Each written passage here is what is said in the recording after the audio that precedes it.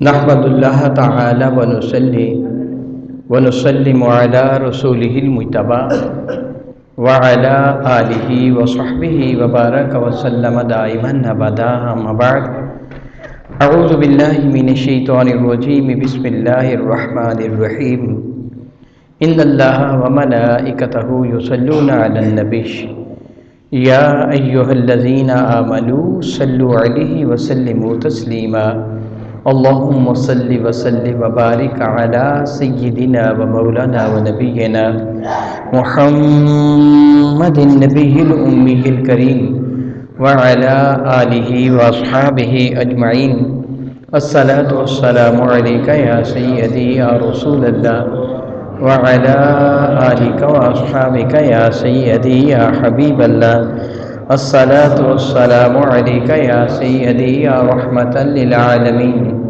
وعلى آلك وأصحابك يا سيدي يا سيدي يا سيدي يا شفيع المذنبين.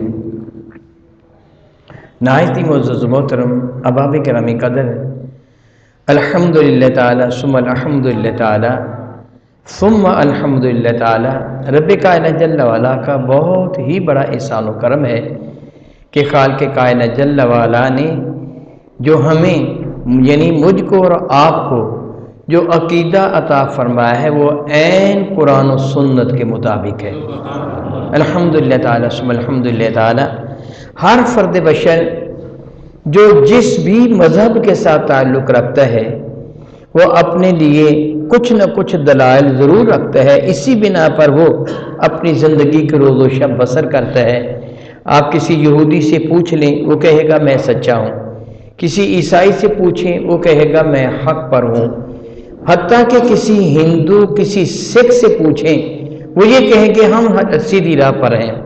دنیا میں جتنے بھی مذہب ہیں، وہ ہندو ہے، سکھ ہے، کشتی ہے، زرتشت ہے، مجوسی ہے، وہ دہریہ ہے، کوئی بھی کیوں نہیں ہے، ہر کوئی اپنے مذہب کے لیے دلائل رکھتا ہے. لیکن یہ بات ناقابل تردید حقیقت ہے کہ الحمدللہ تعالی ثم الحمدللہ تعالی ان دین عند اللہ الاسلام کے اعتبار سے کائنات میں وہ دین جو اللہ تعالیٰ کا پسندیدہ ترین دین ہے وہ دین اسلام ہے، اور یہی حقیقی دین ہے. اور پھر اس دین متین دین اسلام میں بہت سارے الگ الگ گروہ مذہب پیدا ہو گئے، اور ہر وہ مذہب ہر گروہ والا وہ یہی دعویٰ کرتا ہے کہ میں سچا ہوں. ہر مذہب والا یہی دعویٰ کرتا ہے کہ میں سچا ہوں، وہ اپنے دامن میں کچھ دلائل رکھتے ہیں. لیکن الحمدللہ تعالیٰ ثم الحمدللہ تعالیٰ اللہ تعالیٰ کا بہت بڑا احسان اور بہت بڑا شکر ہے کہ رب کائنات نے ہمیں وہ دین عطا فرمایا جو دین اسلام ہے، اور وہ مذہب و عقیدہ عطا فرمایا جو صحابہ کرام اور اہل بیت مصطفیٰ کا عقیدہ اور مذہب تھا.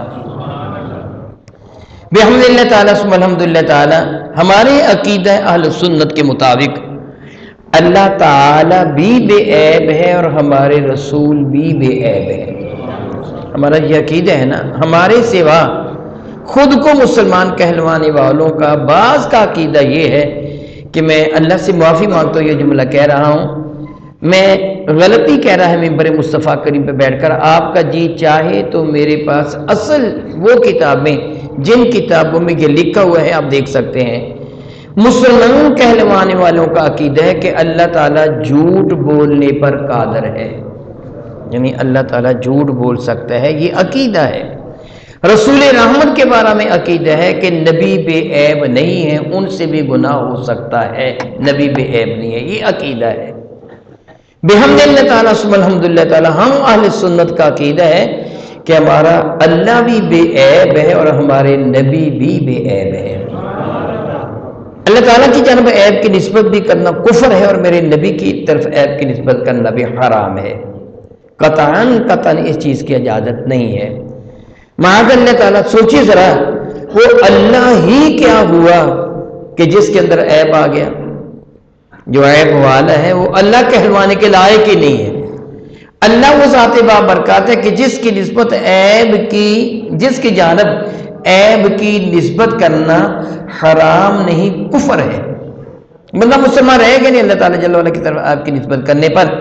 اور ہمارا عقیدہ ہے اللہ تعالیٰ جل وعلا کے ساتھ ساتھ جس کو رب کائنات جل وعلا نے اپنا حبیب بنایا، اپنا محبوب بنایا، نبی آخر الزماں بنایا، سید المرسلین بنایا، خاتم النبیین بنایا، وہ بھی بے عیب ان کو بھی اللہ تعالیٰ نے پیدا فرمایا، ان کو بھی بے عیب بنا دیا رب کائنات جل وعلا نے۔ وہ معصوم ہے۔ معصوم کا معنی وہ ہوتا ہے کہ ایسی ہستی کہ جس سے گناہ کا صدور ممکن نہ ہو۔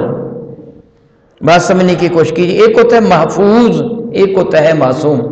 محفوظ وہ ہوتا ہے جو گناہ نہ کرے، اور معصوم وہ ہوتا ہے جو گناہ کر ہی نہ سکے، یعنی جس سے گناہ کا صدور ممکن نہ ہو، کہ جس کے دل میں گناہ کا خیال بھی پیدا نہ ہو۔ ربی ذوالجلال نے میرے رب کے کریم آقا صلی اللہ علیہ وسلم کو جب یہ ارشاد فرمایا تھا کہ وَأَنذِرْ عَشِيرَتَكَ الْأَقْرَبِينَ، اے محبوب مکرم علیہ السلام، یہ قرآن کریم کا مبارک ہے، وَأَنذِرْ عَشِيرَتَكَ الْأَقْرَبِينَ، اے محبوب اپنے قریبیوں کو، خاندان والوں کو، اپنے قبیلے والوں کو، اپنے شہر والوں کو، اپنی بستی والوں کو میری توحید کا ڈر سنائیے، یعنی ان کو بتائیے کہ اللہ تعالیٰ واحد لا شریک ہے، اگر تم نے میرا کہنا نہ مانا، تم نے نافرمانی کی، تو عذاب جہنم سے ان کو ڈرائیے، وَأَنذِرْ، ڈر سنائیے۔ میرے اور آپ کے کریم آقا نے جو عمل مبارکہ فرمایا تھا، زیادہ وضاحت میں جانے کی ضرورت نہیں، سارے اس واقعہ سے بہت اچھی طرح واقف ہیں کہ جبل صفا یا کوہ ابو قبیس پر کھڑے ہو کر میرے کریم آقا نے اہل مکہ کو پکارا تھا، سارے کے سارے حاضر ہو گئے تھے، واقعہ آپ کو یاد ہے نا۔ اور جب میرے نبی نے فرمایا تھا اگر میں کہوں کہ اس پہاڑ کے پیچھے پچھواڑے میں ایک بہت بڑا لشکر ہے جو تم پہ حملہ آور ہونے کو تیار ہے، میری بات کو مان لو گے؟ حقیقت کیا تھی کہ جبل ابو قبیس کے پیچھے پہاڑوں پر مکہ مکرمہ کا شہر آباد تھا، یہ لوگ اپنے گھروں سے اٹھ کے آئے تھے، ان کے گھر اس پہاڑ کے پیچھے تھے، اس کے پچھواڑے میں تھے۔ میرے نبی نے فرمایا اگر میں یہ کہوں کہ وہاں تمہارے گھر نہیں ہے، وہاں ایک میدان ہے اور اس میں ایک بہت بڑا لشکر ہے جو تم پہ حملہ کرنے والا ہے، میری بات مان جاؤ گے؟ آپ اس بات کو موجودہ زمانہ میں یوں سمجھ سکتے ہیں، میں کہوں کہ جس جگہ تم بیٹھے ہوئے ہو یہ مسجد نہیں ہے، یہ ایک کھیت ہے، آپ کے اوپر ایک ٹینٹ، ایک شامیانہ لگا ہوا ہے، میں آپ سے باتیں کر رہا ہوں، کیا آپ میری بات کو مان جاؤ گے؟ تو آپ کیا کہیں گے؟ شاہ جی کم از کم یہ تو دیکھو نا کہ ہم مسجد میں بیٹھے ہیں، ہمارے اوپر شامیانہ نہیں ہے، مسجد کا لینڈر ہے، چھت ہے، تم شامیانہ کہہ رہے ہو؟ میرے کریم آقا نے اتنی انہونی بات کی تھی کہ میں کہوں کہ وہاں تمہارے گھر نہیں ہے، وہاں ایک میدان ہے، میدان میں لشکر ہے، وہ تم پہ حملہ کرنے والا ہے، میری بات مان جاؤ گے؟ تو سب نے کیا کہا تھا؟ مان جائیں گے۔ کیا کہا تھا؟ مان جائیں گے۔ پھر میرے نبی کا سوال تھا کیوں مان جائیں گے؟ تو ان کا جواب یہ تھا کہ ہم نے 40 سال تک آزمایا ہے کہ آپ کی زبان سے کبھی جھوٹ نکلا ہے ہی نہیں۔ اتنی بڑی دلیل ہے کہ آپ کی زبان سے کبھی جھوٹ نکلا ہی نہیں۔ اگر آپ وہ بات کہیں گے نا جو ناقابل یقین ہے، ہم وہ بھی مان لیں گے کہ ہم اپنی عقل، اپنے دماغ، اپنے فہم، اپنے شعور، اپنی آنکھوں کا تو انکار کر سکتے ہیں مگر تمہاری زبان کا انکار نہیں کیا جا سکتا۔ تو جب انہوں نے میرے کریم آقا کی سچائی پر اس قدر یقین کا اعتماد و اظہار کیا تو پھر میرے کریم نے فرمایا تھا پھر سنو، کائنات کی سب سے بڑی سچائی یہ ہے کہ اللہ ایک ہے۔ سب سے بڑا سچ دنیا میں یہی ہے کہ اللہ ایک ہے۔ یہ سن کر وہ دیوانے اونٹوں کی طرح اچھل کود انہوں نے شروع کیا، ہیں یہ کیا کہہ دیا؟ اور میرے نبی نے فرمایا تھا تم انکم وما تعبدون حطب جہنم، تم اور وہ سارے کے سارے تمہارے معبود جن کی تم پرستش کرتے ہو وہ سارے جہنم کا ایندھن ہے۔ کوئی بندہ اپنے رب کو گالی برداشت نہیں کرتا۔ آپ جانتے ہیں کہ فرانس والوں نے اللہ نہیں ہمارے کریم آقا کی شان میں گستاخی بکی، ہم برداشت نہیں کر پا رہے۔ کون اپنے رب کی شان میں بڑی گستاخی؟ میرے نبی نے فرمایا تھا تم بھی جہنمی، تمہارے باپ دادا بھی جہنمی، اور تمہارے یہ معبود جن کو تم رب مانتے یہ بھی جہنمی۔ اتنی بڑی میری کریم نے بات کہہ دی تھی، ان کے لیے ناقابل برداشت تھی۔ ہونا کیا چاہیے تھا؟ سارے کے سارے حملہ کر دیتے، ٹوٹ پڑتے، میرے کریم آ کر رسول عربی پر حملہ کر دیتے، مگر انہوں نے کہا تیرے پاس اس کی دلیل کیا ہے؟ تو کہتا رب ایک ہے، ہم تجھے دکھاتے لات عزا منات وغیرہ، تو اپنے رب کو دکھا۔ اگر دعویٰ کرتے ہیں، انکار تو نہیں کر پائے کہ پہلے کہہ چکے تھے تیرے سے یہ سچا ہے کوئی نہیں۔ تو میرے نبی نے فرمایا تھا کہ میں تمہارے اندر اپنی زندگی کے 40 سال گزار چکا ہوں، میری پوری کی پوری کتاب زندگی میں میرے اندر ایک عیب نکال دو، رب کے رب ہونے کا انکار کر دو، میری زندگی میں کوئی عیب نکال دو۔ مجھ کو میرے اللہ کی عزت کی قسم منبر مصطفیٰ کریم پہ بیٹھا ہوں، کافر میرے نبی میں عیب نہیں نکال سکے تھے کہ عیب ہے ہی نہیں، نکالتے کیسے؟ 40 سال ان کی نگاہوں کے سامنے میرے نبی کی زندگی گزری تھی، کوئی نہ کوئی تو نقص ہو سکتا تھا نا، عام انسان ہوتا تو کوئی عیب کہہ دیتے، فلاں تیرے اندر عیب ہے، فلاں عیب ہے، فلاں عیب ہے، فلاں عیب ہے۔ وہ سارے اہل مکہ کو مخاطب ہو کے میرے نبی نے فرمایا تھا، نہیں عیب نکال سکے کہ عیب ہے ہی نہیں۔ خلا کی کائنات جل مجدی میں میرے اور آپ کے کریم آقا رسول عربی شفیع معظم رحمت کون و مکان علیہ کو بے عیب پیدا فرمایا۔ قرآن مجید فرقان حمید میں سورہ حجر کی 72 نمبر آیہ مبارکہ کا ایک حصہ ہے کہ رب کائنات جل وعلا میرے اور آپ کے کریم آقا رسول مرشد رحمت عالم کی بے عیب زندگی کی تصدیق کرتے ارشاد فرماتا ہے، محبوب مکرم لعمرک انہم لفی سکرتہم یعمہون، محبوب مجھ کو تیری عمر کی قسم ہے، یہ کافر اپنی گمراہی کے نشہ میں بھٹک رہے ہیں۔ اللہ نے میرے نبی کی عمر کی قسم اٹھائی ہے، جس کی اللہ قسم اٹھائے اس میں عیب ہو سکتا ہے؟ سوچئے ذرا، اللہ قسم اٹھا رہا ہے، محبوب مجھ کو تیری عمر کی قسم ہے، اور عمر میں کیا آتا ہے؟ ولادت والے لمحہ سے لے کے آخری سانس تک کا دورانیہ عمر کہلواتا ہے۔ اور رب کائنات نے یہ نہیں فرمایا کہ محبوب تیرے اعلان نبوت کی قسم ہے، تجھ پر نزول قرآن کی قسم ہے، تیری سچائی اور عظمت کی قسم ہے، تیری دیانتداری اور امانت داری کی قسم ہے، نہیں یہ نہیں فرمایا، بلکہ فرمایا محبوب مجھ کو تیری عمر کی قسم ہے۔ میرے نبی کی مبارک عمر کے ایک ایک لمحہ کی رب کائنات نے قسم ذکر فرمائی ہے۔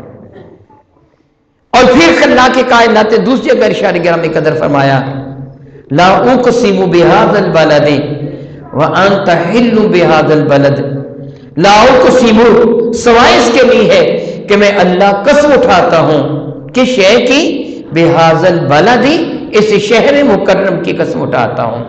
اس شہر مکرم سے کون سا شہر مراد ہے؟ میں جگہ یہ نہیں کہوں گا کہ سنیوں کے نزدیک یہ ہے، فلاں کے نزدیک یہ ہے، فلاں کے نزدیک یہ ہے، فلاں کے نزدیک یہ ہے، نہیں نہیں، جو بھی خود کو مسلمان کہلواتا ہو، کسی بھی مذہب یا کسی بھی مسلک سے تعلق رکھتا ہو، اس کو اس سے کوئی اختلاف نہیں ہے کہ اس جگہ اللہ نے جس شہر کی قسم اٹھائی وہ شہر مکہ ہے۔ یہ آیا برکہ لا اقسم بہذا البلد سورہ بلد کی ہے، سورہ بلد 30ویں پارے میں ہے۔ آپ کا جی چاہے آپ قرآن کریم میں سورۃ البلد نکالیے، وہ لکھا ہوگا سورۃ البلد مکیۃ، یہ سورہ بلد مکہ مکرمہ میں نازل ہوئی ہے۔ کہاں نازل ہوئی ہے؟ تو شہر سے مراد پھر کہا نا، مدینہ تو اس زمانے میں یثرب تھا، مدینہ تو اس وقت تھا ہی نہیں جب یہ قسم ذکر کی گئی ہے، تو اللہ نے شہر مکہ کی قسم اٹھائی ہے۔ بلا شک و شبہ شہر مکہ بڑی عزت والا شہر ہے، بلکہ کشف الغمہ میں لکھا ہے کہ رب کائنات نے جب زمین کو تخلیق فرمانے کا ارادہ فرمایا تو یہ سب کچھ پہلے پانی تھا، ایک موتی تھا، اس کی جانب اللہ تعالیٰ نے ایک نگاہ کرم ڈالی، وہ سارا پانی بن گیا۔ حدیث بارکہ میں ہے کہ وہ کان عرشہ علی الماء، بلکہ قرآن کریم کا حصہ ہے کہ اللہ کا عرش پانی پر تھا۔ کس پر تھا اللہ کا عرش؟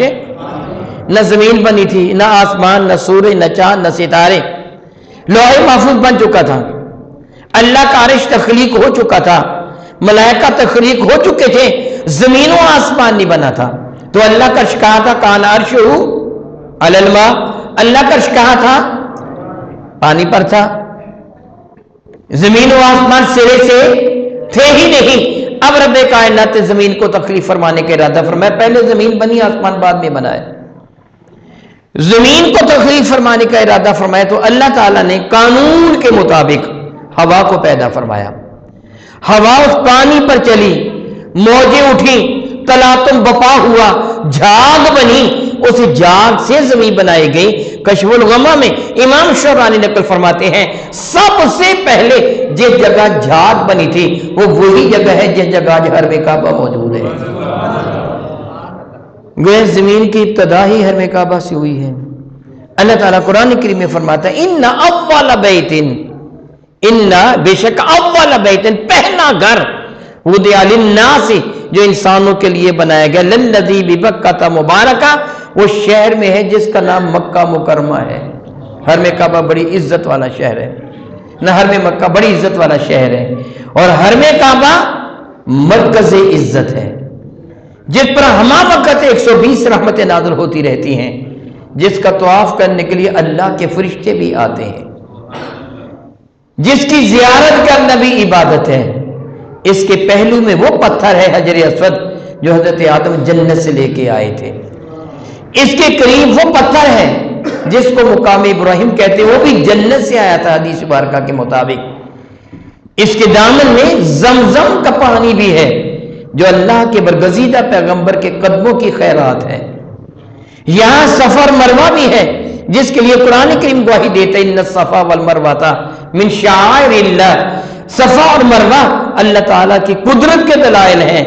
عزت والا شہر، عظمت والا شہر، رب کائنات فرماتا لا اقسم بہذا البلد، معبود سوائے اس کے نہیں، میں قسم اٹھاتا ہوں اس شہر مکرم کی۔ جب سے ابراہیم علیہ السلام نے یہاں حرم کعبہ کو تعمیر کیا، جب سے اللہ تعالیٰ نے اس کو حرم قرار دیا ہے، جانور بھی اس کا احترام کرتے تھے، حرم احترام والا، حتیٰ کہ مرقوم ہے کہ اگر میرے کریم آقا کی بعثت شریفہ سے پہلے کی باتیں، زمانہ جاہلیت کی باتیں، جب ارد گرد جنگل تھا، بیابان تھا، حد نگاہ تک انسانوں کی آبادی کا نام و نشان تک نہ تھا، درندوں کا مسکن یہ جنگل تھا، شیر، بھیڑیے، ریچھ، درندے اس علاقہ میں رہا کرتے تھے۔ اگر کوئی درندہ، کوئی شیر، کوئی بھیڑیا، کوئی لگر بگر، کوئی جانور کسی جانور کا تعاقب کر رہا ہوتا، درندہ کسی ہرن کے پیچھے، کسی باراسنگے، کسی خرگوش کے پیچھے کوئی کتا ہی دوڑ رہا ہو، اگر وہ حدود حرم میں داخل ہو جاتا تو شکاری درندہ وہاں سے پلٹ جاتا تھا، حدود حرم اس کا شکار نہیں کیا کرتا تھا۔ اسی طرح اگر کوئی پرند شکاری پرندہ، کوئی شکاری پرندہ، باز، شکرا، شاہین، چیل، کوا، اگر کسی پرندے کے طاقت میں ہوتا، کسی کبوتر کے، کسی چڑیا وغیرہ ایسے جانور کے طاقت میں ہوتا، وہ پرندہ اڑتا ہوا حدود حرم میں داخل ہو جاتا تو یہ شکار کرنے والا پرندہ واپس پلٹ جاتا تھا۔ یہ حیا اللہ تعالیٰ نے پرندوں کے دلوں میں بھی حرم مکہ کا پیدا فرمایا تھا، حدود حرم کا پیدا فرمایا تھا۔ بڑی عزت والا شہر، جب رب کریم نے فرمایا کہ میں قسم اٹھاتا ہوں اس شہر مقدس کی، تو پھر اس کے پس منظر میں وہ ساری باتیں نہیں تھیں کہ جن کا ابھی میں نے تذکرہ کیا، اس کی عزت و عظمت کے اسباب جو ابھی میں نے بتائے ہیں وہ نہیں، بلکہ تذکرہ رب کریم نے کس چیز کا کیا محبوب؟ سبب قسم یہ ہے کہ وَأَنْتَ حِلٌّ بِهَذَا الْبَلَدِ، محبوب تو اس شہر میں رہتا ہے۔ پھر یہ نہیں کہ یہاں حرم کعبہ ہے، یہاں بھی زمزم کا کنواں ہے، یہاں حجر اسود ہے، یہاں مقام ابراہیم ہے، یہ شہر حرم مقدس ہے، یہاں صفا مروہ ہے جو ہماری قدرت کے دلائل ہیں۔ نہیں نہیں، وَأَنْتَ حِلٌّ بِهَذَا الْبَلَدِ، محبوب سبب قسم یہ ہے کہ تیرے قدم شہر کی گلیوں میں لگے ہیں۔ تو گویا رب کائنات نے میرے آقا کے نشانات قدم کی بھی قسم اٹھائی ہے، میرے نبی کی عمر کی بھی قسم اٹھائی ہے۔ تو گویا میرے نبی کا جو بھی قدم اٹھا ہے وہ ہدایت کی جانب اٹھا ہے، گمراہی کی جانب نہیں اٹھا۔ میرے نبی کا زندگی کا ایک ایک لمحہ وہ ہدایت پر مشتمل ہے۔ میرے نبی میں کوئی عیب نہیں، مگر نہ عیب والی شے کی قسم اللہ کبھی ذکر نہ فرماتا۔ خلاق کائنات میرے نبی کو بے عیب بنایا۔ آپ نے بحمد اللہ تعالی ایک مرتبہ بارہا سنا، رب کائنات کے ارشاد گرامی قدر بھی ہے، الم نشرح لک صدرک، اے محبوب مکرم کیا ہم نے آپ کے سینے کو کھولا نہیں؟ شرح کا لفظی معنی، تشریح کا لفظی معنی ہوتا ہے چیر پھاڑ کرنا، تشریح کا جو لفظی معنی ہوتا ہے نا وہ سرجری کرنا ہوتا ہے، کہ کسی کی چیر پھاڑ کرنا، اس کو لفظ تشریح کہتے ہیں۔ جب کسی حرف کی تشریح کی جاتی ہے نا، گویا اس کو بالکل کھول کر سامنے رکھ دیا جاتا ہے۔ الم نشرح، کیا ہم نے آپ کے سینے کو کھولا نہیں؟ صدرہ کا، آپ کے سینے کو۔ آپ نے بہت مرتبہ سنا کہ میرے کریم آقا رسول عربی جب حضرت سیدہ حلیمہ سعدیہ کے ہاں تھے، پہلی مرتبہ شرح صدر وہاں ہوا تھا کہ میرے کریم آقا کے سینہ انور کو چیر کر قلب مقدس کو نکالا گیا تھا، ہے نا یاد آپ کو؟ اور پھر کیا کیا گیا تھا؟ حضور فرماتے میں دیکھ رہا تھا میرے سینے کو چیر کر اس کے اندر سے سیاہ لوتھڑا نکالا گیا اور پھر نور معرفت سے میرے دل کو بھر دیا گیا اور پھر میرے سینے میں رکھ دیا گیا۔ ذہن میں خیال پیدا ہو سکتا ہے کہ اللہ تعالیٰ جل مجید نے اس لوتھڑے کو پیدا کیوں فرمایا تھا؟ دراصل ایک انسان کی تخلیق کی تکمیل کے لیے وہ انسان کا حصہ ہے۔ میں اس کی مثال آپ کو دوں گا۔ بعض وہ کھجوریں ہوتی ہیں جو دو صحابہ حرمین شریف لے کے آتے ہیں کہ جن میں گٹھلی نہیں ہوتی۔ یہ کھجوریں ردی کھجوریں ہوتی ہیں۔ جس طرح آپ انگوروں کا خوشہ خریدتے ہیں نا، بالخصوص آج کل مویز، منقع جسے آپ کہتے ہیں، بڑے ذرا انگور، ان بڑے انگوروں میں جو بڑے بڑے دانے ہوتے ہیں ان سب میں گٹھلی ہوتی ہے کہ نہیں ہوتی؟ منقع کا لفظی معنی ہوتا ہے گٹھلی نکلی ہوئی شے، ہم اس کو منقع کہتے ہیں۔ اس کا نام اصل منقع نہیں، منقع ایک صفت ہے، اس کا اصل نام ہے مویز۔ منقع کہتے ہیں جس کی گٹھلی نکلی ہوئی ہو، بڑے انگور جس کی گٹھلی نکلی ہو منقع کہلواتا ہے۔ آپ دیکھیں گے بڑے بڑے انگوروں میں، موٹے موٹے انگوروں میں جو چھوٹے چھوٹے دانے ہوں گے ان کے اندر گٹھلی، دیکھ لیں آپ وہاں کا دیکھ لیں کہ جو بڑے بڑے دانے ہوں گے ان میں گٹھلی ہوگی، جو چھوٹے چھوٹے دانے ہیں ان میں گٹھلی نہیں ہوگی۔ پاکستان کیا یا دنیا میں جہاں کہیں بھی کھجوریں پیدا ہوتی ہیں جو بڑے بڑے خوشے ہوتے ہیں، جو ان میں اچھے اچھے موٹے موٹے دانے ہوتے ہیں ان میں گٹھلی ہوتی ہیں، جو مرے ہوئے چھوٹے چھوٹے دانے ہوتے ہیں ان میں گٹھلی نہیں ہوتی، وہ ردی کھجوریں ہوتی ہیں۔ اہل عرب یہ بکریوں کو ڈالا کرتے تھے۔ ہم پاکستان کے سادہ لوگ کہنے لگے جی یہ وہ کھجوریں ہیں جو حضور نے بغیر گٹھلی کے بوئی تھیں، ہم ان کو خریدنے لگے اور انہوں نے وہ مہنگی بیچنا شروع کر دی، حالانکہ یہ ردی کھجور ہوتی ہے۔ کھجور کے مکمل ہونے کے لیے گٹھلی کی ضرورت ہے، لیکن گٹھلی کھائی نہیں جاتی، اس لیے تکمیل انسان کے لیے قلب انور میں اس چیز کا پیدا ہونا ضروری تھا جسے رب کریم نے باہر لگا دیا، اور یہ وہ تھا جو دل میں خواہش پیدا ہوتی ہے۔ یہ کیا ہے جو دل میں خواہش پیدا ہوتی ہے؟ رب کائنات نے اس چیز ہی کو میرے نبی کے دل سے نکال دیا۔ اب جس طرح فرشتوں کے ہاں کسی برائی کا تصور نہیں کہ فرشتے کے دل میں کسی خواہش کا پیدا ہو، اسی طرح میرے نبی کو بھی رب کائنات نے معصوم قرار دے دیا۔ نمبر 2، ایک تو یہ ہو گیا۔ نمبر 2، صحیح مسلم کی حدیث بارکہ ہے، راوی حضرت سیدنا عبداللہ بن مسعود ہے رضی اللہ تعالی عنہ۔ میرے اور آپ کے کریمہ کا تاجر اربجم شفیع معظم رحمت عالم صحابہ کرام کے اندر خطبہ ارشاد فرما رہے تھے۔ خطبہ ارشاد فرماتے میرے کریم آقا رسول اللہ نے فرمایا کہ ما منکم من احد الا وقد وکل به قرینہ من الجن وقرینہ من الملائکہ۔ میرے نبی فرمائیں گے تم میں کوئی بھی ایسا نہیں ہے، اولاد آدم میں کوئی فرد بشر بھی ایسا نہیں، حتیٰ کہ آدم علیہ السلام خود بھی، مگر یہ کہ جب ان کو اللہ نے پیدا فرمایا تو ان کے ساتھ ایک شیطان اور ایک فرشتے کی ڈیوٹی لگا دی ہے۔ ہر فرد بشر کے ساتھ، ہر نبی کے ساتھ بھی، حضرت آدم کے ساتھ بھی ایک فرشتے کی ڈیوٹی اور ایک شیطان کی ڈیوٹی۔ کیا بتا میں نے کہا ایک فرشتے کی ڈیوٹی اور ایک، اپنی مرضی سے نہیں کہہ رہا، اپنی مرضی سے کہوں گا تو گناہ ہو جائے گا، میرے نبی نے فرمایا ہے۔ صحیح مسلم کے حدیث مبارکہ ہے، میرے نبی نے فرمایا ہے۔ یاد رکھیے یہ جو شیطان ہمیں ورگلاتا ہے نا، ہمیں گناہ پر برانگیختہ کرتا ہے، وہ ڈائریکٹ نہیں انڈائریکٹ کرتا ہے کہ اس کا ساتھی ہمارے ساتھ ہے۔ اور میرے نبی کا ارشاد گرامی قدر وہ خون میں اس طرح دوڑ رہا ہے جس طرح تیرے خون دوڑتا ہے، چیونٹی سے بھی باریک چال وہ چل رہا ہے، اس کے ذریعے سے اس طرح عمل کرتے ہیں۔ کبھی کبھار آج کل تو چوریاں نہیں ہوتی، ڈاکے ہوتے ہیں نا، پہلے جب چوریاں ہوا کرتی تھی لوگ کیا کہتے تھے، چوروں کے ساتھ گھر کا بھی کوئی فرد ملا ہوا ہے. کہتے تھے نا گھر کا کفر ساتھ ہے. یہ جو گھر کا بھیدی ہے نا یہ تباہ کرتا ہے. وہ شیطان جو میرے ساتھ پیدا ہوا, جو آپ کے ساتھ پیدا ہوا, وہ ابلیس کا چیلا نمائندہ, وہ ابلیس اس کے ذریعے سے ہمیں گمراہ کرتا ہے. ڈائریکٹ نہیں, انڈائریکٹ گمراہ کرتا ہے. اور ایک فرشتہ پیدا ہوا, اللہ تعالیٰ نے پیدا کیا, وہ فرشتہ جس کو ہم نفس امارہ نفس مطمئنہ کہتے ہیں, جس کو ہم قوت بہمیہ اور قوت ملکوتیہ کہتے ہیں, ملک فرشتوں کو کہتے ہیں. ایک فرشتہ پیدا ہوا جو انسان کو نیکی کی ترغیب دیتا ہے. ایک شیطان اس کے ساتھ ہے جس کو گناہ کی ترغیب دیتا ہے. جو شیطان کا زیادہ کہنا مانتا ہے زیادہ گناہ کرتا ہے, برا ہوتا ہے.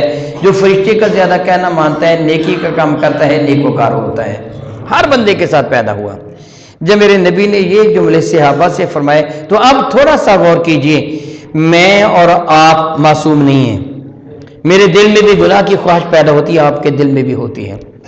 کوئی معصوم نہیں ہم میں سے. میں بھی گناہ گار ہوں, آپ بھی گناہ گار ہیں. ہمارے دل میں گناہ, بطور مثال میں سادہ سی بات کر دیتا ہوں. تہجد کا وقت ہوتا ہے, آپ بستر سے اٹھنا چاہتے ہیں, جی چاہتا نہ اٹھیں. یہ جو جی چاہتا نہ اٹھیں یہ کیا ہے؟ ثواب کے گناہ کی خواہش پیدا ہوتی ہے نا. نیکی کب ملتی ہے؟ جب بس گناہ کو جھٹک کر فرشتے کا کہنا مانتے اٹھ کے بیٹھ جاتے ہیں. بات میری سمجھ آئی؟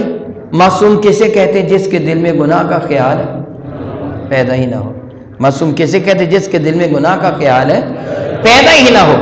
ہم معصوم نہیں, ہمارے دل میں پیدا ہوتا ہے. وہ گناہ کرے نہ کرے بات کی بات ہے, لیکن خیال تو پیدا ہوتا ہے نا. جی میں تو خیال پیدا ہو جاتا ہے کہ یہ میں کام کر لوں, اگرچہ نہ بھی کریں خیال پیدا ہوتا ہے. اور ہم عموماً کر بھی لیتے ہیں, گناہ ہم سے ہو جاتا ہے. ہم معصوم نہیں, گناہ گار ہیں, اور اس شیطان کی وجہ سے ہوتے ہیں. جب میرے نبی نے فرمایا کہ ہر کسی کے ساتھ وہ شیطان ہے جو گناہ پر بنگیختہ کرتا ہے, تو صحابہ کرام نے بارگاہ ساتھ میں یا رسول اللہ و ایاک, یا رسول اللہ آپ فرماتے ہیں ہر کسی کے ساتھ پیدا ہوا, آپ کے ساتھ بھی پیدا ہوا. سن کر میرے نبی مسکرا دی, فرمایا کہ ہاں میرے ساتھ بھی پیدا ہوا تھا, مگر میری صحبت کی وجہ سے وہ مجھ پر ایمان لا چکا ہے, وہ مسلمان ہو چکا ہے. وہ کیا؟ وہ میرے نبی نے فرمایا, امام باقی نے شعب الایمان میں نقل فرمایا کہ میرے کریم فرماتے ہیں آدم کا شیطان کافر تھا, مجھ مصطفیٰ کا شیطان مجھ پر ایمان لا چکا, وہ مومن ہو چکا ہے. اب وہ شیطان ہی رہ گیا. تو ہم ذرا چشمے تصور میں ایک منظر لے کے آئیں. مجھے بتائیں قلب انور سے وہ خواہش کی بھی نکال دی گئی, شیطان بھی مسلمان ہو گیا, اب گناہ ممکن ہوگا؟ بتائیے بھلا, عیب ممکن ہوگا؟ الحمدللہ تعالی ہمارا یہی عقیدہ ہے کہ ہمارے نبی بے عیب ہیں. ہمارا یہی ایک ہوتا ہے ویسے ہی محبت میں کہہ دینا. آپ سے کوئی یہ سوال کرے نا کہ یہ تمہارے پیر صاحب ہیں محمد سے وہ گناہ کرتے ہیں, جن جن بالکل نہیں, ہماری پیر جی گناہ نہیں کرتے, یہ مبالغہ ہوتا ہے, سچ نہیں ہوا کرتا. بندہ معصوم نہیں ہے, مگر آپ اللہ کی عزت کی قسم اٹھا کہہ سکتے ہیں میرے نبی گناہ نہیں کرتے, کہہ سکتے ہیں. آپ اپنے استاد کے لیے, اپنے پیر کے لیے جملہ کہیں گے تو جھوٹ ہوگا, ممکن ہی نہیں ہے.